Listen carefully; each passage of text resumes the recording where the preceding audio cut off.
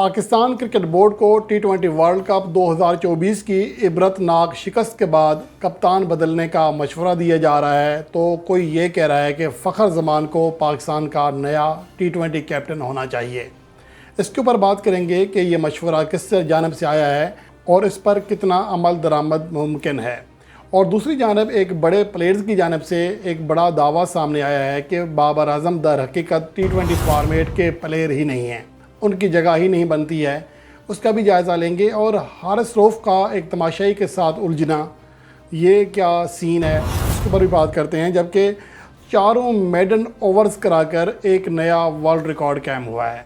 टी20 world cup 2024 जहां पहले ही bowlers के लिए जन्नत और बैट्समैनों के लिए कब्रिस्तान बना हुआ है, वहां एक और बड़ा आलमी रिकॉर्ड कायम हुआ है।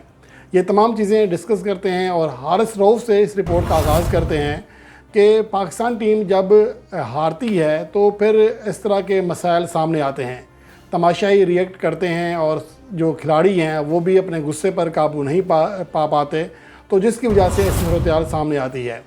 अब अमेरिका में एक ऐसा हुआ कि तमाशाइयों ने उन्हें शायद छेड़ा होगा या इस तरह कोई फ़िक्रा कसा होगा, जिसकी वजह से हारिस रऊफ़ गुस्से में आ गए। उनकी वाइफ उन्हें रोक रही हैं, लेकिन वो उन्हें ऐसा लग रहा है जैसे हमला करने का सोच रहे हैं और ये सूरत हाल बहरहाल अच्छी नहीं है।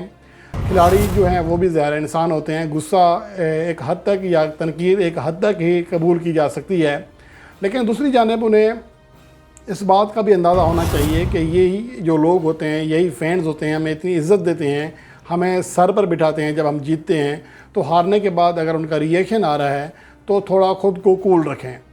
कम से कम 1-2 माह तो ये जो दुख है टी20 वर्ल्ड कप का, ये पाकिस्तान के फैंस के जहनों में रहेगा और वो रिएक्ट भी करेंगे। और यही चीज़ पाकिस्तान के प्लेयर्स को सोचना है कि फ़िलहाल रिएक्ट नहीं करना, क्योंकि इस तरह की फिर चीज़ें मसाइल हैं आगे बढ़कर बहुत ज़्यादा संगीन हो सकते हैं। तो ये एक अफसोसनाक सूरत हाल है। यहाँ तक कि उलझने के दौरान हारिस रऊफ़ ने उस फ़ैन को, तमाशाई क्रिकेट की जो क्रिकेट का शायक है, उसको यही कहा कि तुम भारत से हो। उसने कहा नहीं, मैं पाकिस्तानी हूँ, लेकिन मुझे गुस्सा है। तो ये सूरत हाल न्यूयॉर्क में पेश आई है। और उसके अलावा पाकिस्तान क्रिकेट टीम के साबिक़ कप्तान यूनिस खान ने एक अहम मशवरा दिया है पाकिस्तान क्रिकेट बोर्ड को कि बाबर आजम, शाहीन अफरीदी या रिजवान के बजाय फ़खर जमान को पाकिस्तान का टी20 कैप्टन होना चाहिए। लेकिन इसके ठीक है, कुछ हद तक बहुत सारे क्रिकेट फैंस भी शायद ये समझते हैं, लेकिन अहम सवाल यहाँ ये है कि जो नुक्ता उठाया है कप्तानी देने का यूनिस खान का, वो इंतहाई ज़्यादा हैरान कुन है। उनका कहना है कि चूँकि फ़खर जमान ने बड़ी कुर्बानी दी है, अब मैं ईद कुर्बान है, अब पता नहीं उसने बड़े जानवर की कुर्बानी दे दी है, कोई बैल काट दिया है, उसकी बात कर रहे हैं या नहीं, बल्कि उन्होंने ये कहा है कि उन्होंने ये कुर्बानी दी कि अपनी बैटिंग पोजीशन चेंज की, यानी अपनी ओपनिंग छोड़ी है। तो यूनिस खान जैसा एक ऐसा खिलाड़ी जिसका एक माजी अच्छा रहा है, गैर मुतनाज़ रहा है, इस लिहाज से वैसे तो मुतनाज़ बहुत हैं क्योंकि वो जज्बाती बहुत हैं, लेकिन बाकी चीज़ें उनकी क्लियर रही हैं पूरे करियर में। वो किसी को खामखा तनकीद का निशाना भी नहीं बनाते और खामखा किसी को सपोर्ट भी नहीं करते। लेकिन यहाँ मुझे थोड़ी यूनिस खान से ये है कि उनको शायद अंदाज़ा नहीं है कि जो ओपनिंग की कुर्बानी की बात कर रहे हैं, वो लगातार 2.5 सालों में अक्टूबर 2018 से लेकर 2020 तक लगातार नाकाम हो रहे थे एज ए ओपनर, और इस दौरान वो एक भी 50 नहीं कर सके थे।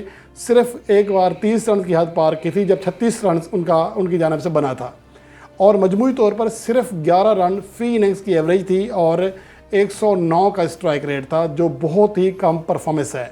17 इनिंग्स में सिर्फ 5 छक्के थे। तो इतनी बुरी कारकर्दगी के बाद उन्हें जब ड्रॉप किया गया था, तो जब टीम में वापस लाया गया था, तो यही कहा गया था कि आप मिडल ऑर्डर में खेलोगे, क्योंकि रिजवान और बाबर आजम की जो जोड़ी है वो सेट हो चुकी थी। तो मेरे ख्याल में यह कुर्बानी का तो बनता ही नहीं है, इस लिहाज से कि कुर्बानी दी है, क्योंकि अगर कुर्बानी की बात है तो फिर उस्मान खान को टीम का कैप्टन या वाइस कैप्टन बना दें। उसने भी बड़ी कुर्बानी दी है, यूएई की शहरियत छोड़ी है, वहाँ की बहुत टी20 लीग्स छोड़ कर आया है, तो कुर्बानी तो फिर उसकी भी है। अगर कुर्बानी की बात करते हैं तो फिर इस तरह और बहुत सारे प्लेयर्स हैं। आसिफ अली अपनी बेटी का कैंसर का मर्ज़ था, उनकी बेचारी डेथ हो गई, उनको आ नहीं सके थे, वो पाकिस्तान की नुमाइंदगी कर रहे थे, बहुत बड़ी कुर्बानी दी थी, तो उनको पाकिस्तान टीम का कैप्टन बना देना चाहिए। अगर हमदर्दी की बुनियाद पर, कुर्बानी की बुनियाद पर अगर कैप्टनसी देनी है तो यहाँ बहुत मुस्तहिक और लोग भी हैं। मेरे ख्याल में यहाँ कारकर्दगी जांचना चाहिए। एक तो ये कि फ़खर ज़मान अभी तक T20 में किसी भी फार्मेट की कप्तानी बहुत ही कम की है, ख़ासतौर पर PSL में उन्हें आजमाना चाहिए, डोमेस्टिक मैचेस में आजमाना चाहिए। लेकिन उससे अहम सवाल ये है कि फ़खर ज़मान की क्या कारकर्दगी वाकई ऐसी है कि उन्हें इतनी मुस्तकिल मिजाज कारकर्दगी है कि उनके ऊपर एतमाद किया जाए।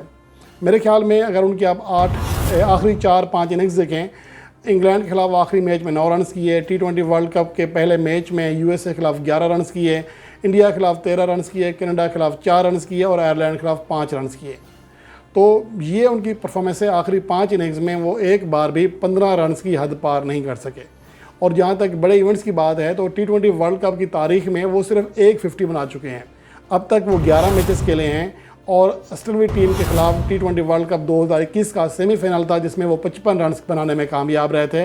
इसके अलावा उनकी कोई बड़ी परफॉर्मेंस नहीं है। 18 की एवरेज है और 117 का स्ट्राइक रेट है T20 वर्ल्ड कप मुकाबलों में।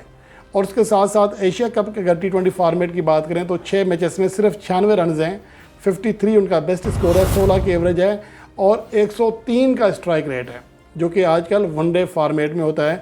तो ये चीज़ें बहरहाल हमें समझना चाहिए, सिर्फ तनकीद बराए तनकीद के बजाय कुछ रियलिटी भी होती है। और T20 वर्ल्ड कप 2024 में जिस खिलाड़ी के बारे में कोच गैरी क्रिस्टन ने सबसे ज़्यादा गेम अवेयरनेस के बारे में लिखा है, मुझे लगता है कि वो फ़खर ज़मान ही हैं, क्योंकि उन्होंने सूरत हाल के मुताबिक खेलने के बजाय ऐसे शॉट्स खेलने की कोशिश की जिसकी विकेट गिरने के बाद पाकिस्तान संभल ना सका।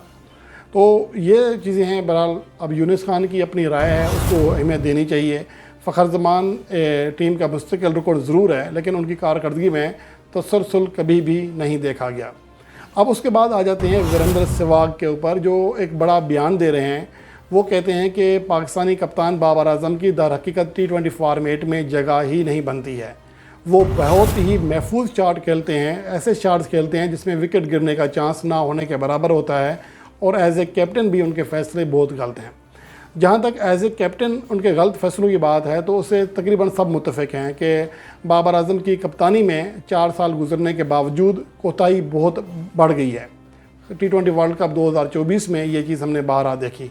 तो कप्तानी की हद तक तो ये बात ठीक है, लेकिन मुझे ये समझ नहीं आती है कि T20 फॉर्मेट में आप कैसे उस खिलाड़ी को हटाने का कह सकते हैं जो कि हमेशा सबसे ज़्यादा नंबर 1 रहा। उसका स्ट्राइक रेट पिछले 2 सालों में बहुत ज़्यादा ऊपर गया है, 129 हुआ करता था, अब 140 को छू रहा है। अगर T20 वर्ल्ड कप 2024 ऐसी पिचेस पर ना होता तो इस बार वो मुख्तलिफ रूप में दिखाई देते। दौरा न्यूजीलैंड हो गया या उसके अलावा PSL हो गई, तो इस बार उनका जो स्ट्राइक रेट है वो हमेशा के बजाय इस बार ऊपर गया है। तो वो अपनी खामी दूर कर रहे हैं। और हर टीम में एक खिलाड़ी ऐसा होता है जो कि आपको टीम को इनिंग्स को बिल्ड करता है। न्यूजीलैंड में केन विलियमसन है, तो भारतीय टीम में भी विराट कोहली हैं या दूसरे प्लेयर्स हैं, उनका काम यही होता है।